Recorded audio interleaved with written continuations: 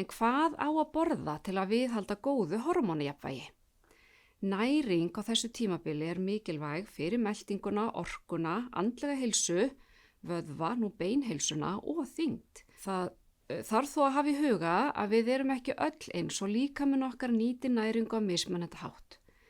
Á þessu tímabili er gott að leggja áherslu á góða næringu sem styður við og eflir hormónastarfsemina.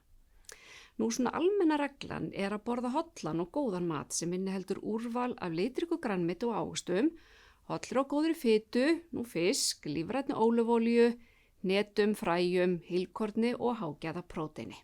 Prótein er mikilvægt fyrir vöðva, bein, hár, húð og neglur og í rauninni hverju einustu frumu líkamanns.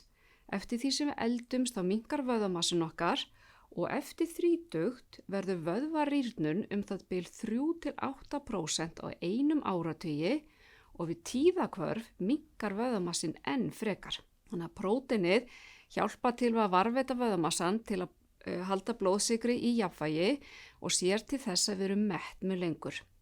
Dæmi prótein úr dýraríkinu er til dæmis magurt kjöt, fiskur, egg, kotasæla, lífrænt jógúrt og svo annað gott prótein er til dæmis kjúklinga eða linsubaunir, quinoa, lífrænt tófu, hnetur og fræ.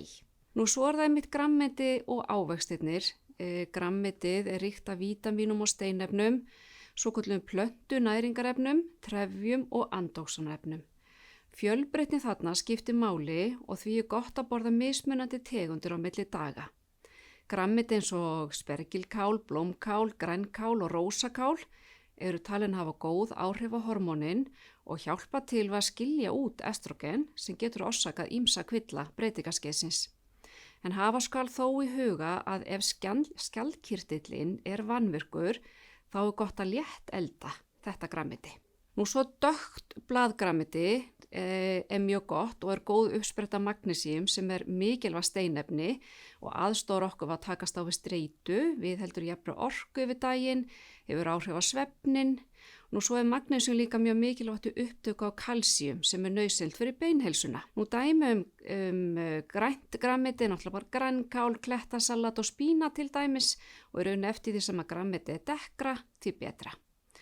Svo er það ávextirnir sem eru ríkir af vítamínum, trefjum, steinefnum og öðrum mikilvægum næringarefnum sem verja okkur gegn ýmsum sjúkdómum og ef blóðsykurinn er í ójafnvægi þá er best að borða ávextir sem eru með lágan sykurstuðul eins og til dæmis epli og pera. Plöntu estrogen eru estrogenvirk efni sem að finnast í sumum plöntum í jurtaríkinu. Plöntu estrogenin hafa áhrif á hormónin og rannsóknir sýna að neysla þeirra getur minnkað hitakof 64%. Plöntu estrogen geta hjálpa til við einkenni tíðahvarfa og styrkt beinin. Dæmi eru til dæmis lífrænar sojavörur eins og tofu, tempe, miso, edamamebaunir, svo annað eins og mölu hörfræ, hnetur, alfalfa og mungbaunir. En aðeins trefjar, en trefjar halda blóðsykrunum stöðugum og hjálpa til að skilja út eiturefni, úrgang og umfram estrogen úr líkamanum. Og þegar við borðum trefjar eins og heilkorn, grænmeti, ávexti, havra, baunir, fræ, eru við mett mjög lengur. Tillögur að trefjaríku mat er epli, linsubaunir, hörfræ, spergilkál, rauðrófur, sérlega góðar og avokado. Svo er það fitan, holl fita.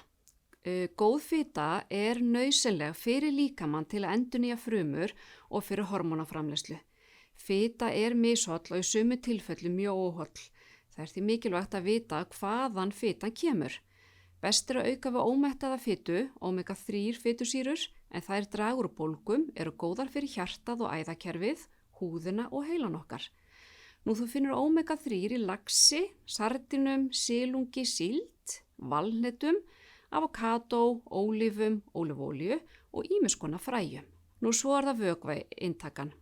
Það er mikilvægt að drekka vel af vökva yfir daginn og þá helst af vatni eða jurtatei.